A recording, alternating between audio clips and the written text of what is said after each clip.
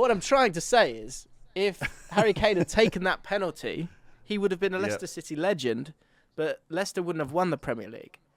Tottenham would have won the Premier League. Hi guys, you're watching a clip from the latest episode of The Ripple Effect. If you want to enjoy the full podcast, you can do so exclusively on Spotify right now. So head over there, follow The Ripple Effect, and if you're feeling very generous, why not give the podcast a 5-star rating? Thanks for watching. Enjoy. So this is interesting as well. Kane, of course, joined Leicester City aged 19. He was labelled as class and a joke by his former teammates. He made his debut for Leicester against Blackburn. It was also sometimes played on the wing by Nigel Pearson whilst at Leicester. So Nigel made a mistake there. And Harry Kane, for those who don't know this, he came on in the playoff match against Watford in the 61st minute. Do you remember the one that was at 4-3? So I had no idea. I had no idea that he was in this game. I had no idea. So, and he replaced the now Nottingham Forest striker Chris Wood. The substitutes shaped the game. Jonathan Hogg, who came on for Watford in the 79th minute, he set up Deeney, of course, and the commentary, I think, was, here's Hogg, Deeney! Deeney! But what you'll remember is that prior to that goal, the reason that goal is so amazing is because the ball was down the other end shortly before that. Now, Anthony Knockaert, who was a very good Championship player, I think he's back in the Championship now, he took the infamous penalty, which was against Almunia, who was in goal. But Harry Kane was on the pitch. And Harry Kane could have, if he'd been a little bit more bullish, it could have completely changed the trajectory of his life. So Kane only scored 2 goals in 13 appearances for Leicester, most of those being appearances for the bench. So Nigel Pearson missed a trick here, because if you'd got him involved, then it could have been Jamie Vardy and Harry Kane as the front two. And in terms of penalties as well, and where Leicester could have been, and now it could be good, it could be bad here, because look, Kane has scored 30 of his 34 Premier League penalties. That's a success rate of 88%. So he probably would have scored that penalty. It's a lot to put on the shoulders of a 19-year-old. But if Nigel Pearson had seen the quality that Harry Kane possessed, it could have been very different. And if Kane had scored that penalty, Leicester may have gone up that year, and their entire timeline would have been different. They might. Here's interesting. This is heartbreaking when I realise this. So if they go up a year earlier than they actually do. Of course, Harry Kane, after doing a decent job, scoring that goal, does he get signed on again? That works for Tottenham because that helps with his development. He's going up into the Premier League and being a striker for them. But also importantly, Kante would have never signed for Leicester because he was still playing for Boulogne in the 3rd tier of French football in 2013. That stings me because I know for a fact, Ian Holloway told me this, that Gary Penrice, who's also one of my heroes, was a scout for QPR, and he found Kante.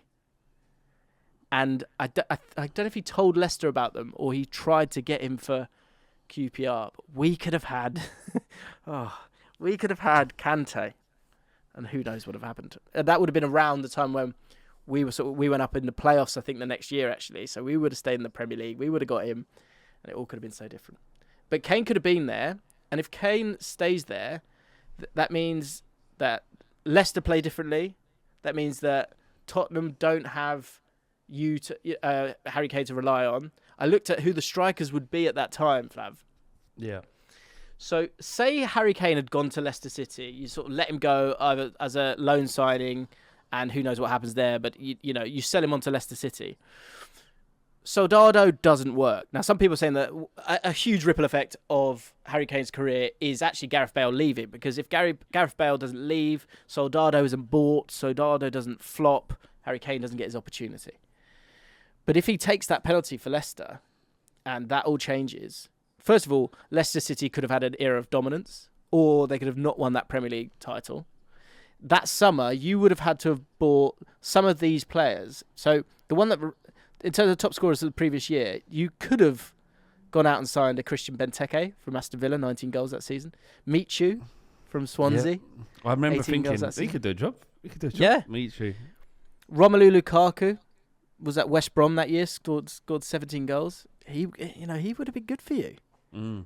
Demba Ba, was at sort of Chelsea and Newcastle United that year. Ricky Lambert scored 15 for Southampton. So all of those players could have been your striker. But say you sign Romelu Lukaku and Harry Kane goes to Leicester, and for whatever reason, because of that butterfly effect of going to Leicester City, in 2015-16, in a landscape where you had a lot of new managers and a lot of clubs struggling, Leicester City sort of fall away, leaving an opportunity for another team to win the Premier League that year. So what I'm trying to say is... I get... When did you clock? Right. Well, what I'm trying to say is, if Harry Kane had taken that penalty, he would have been a Leicester City legend, but Leicester wouldn't have won the Premier League. Tottenham would have won the Premier League. Yeah, brilliant. Thanks. I mean, we wouldn't have done because we finished second, third to Arsenal, so Arsenal would have actually won it. But I understand it's... I don't think Lukaku would have done, as good as Lukaku is, anywhere near what Harry Kane did. I can't tell you, James, how disappointed I would have been if he would have scored that penalty and stayed at Leicester. The ripple effect of that potential penalty and then staying at that club would have denied me of so many good things.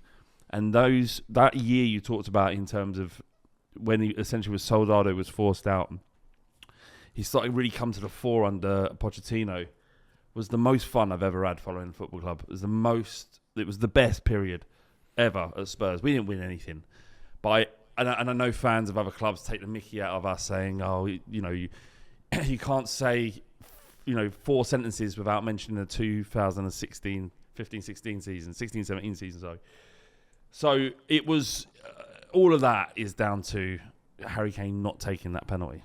And so the ripple effect is actually the one that played out in reality and the only one that I'm interested in. Because so far, you've made me think about him playing for Arsenal and then winning the league for them. And you've made me think about him playing for Leicester and a life without him and us having to have Ricky Lambert up top. What I'm trying to do is allow you to be grateful.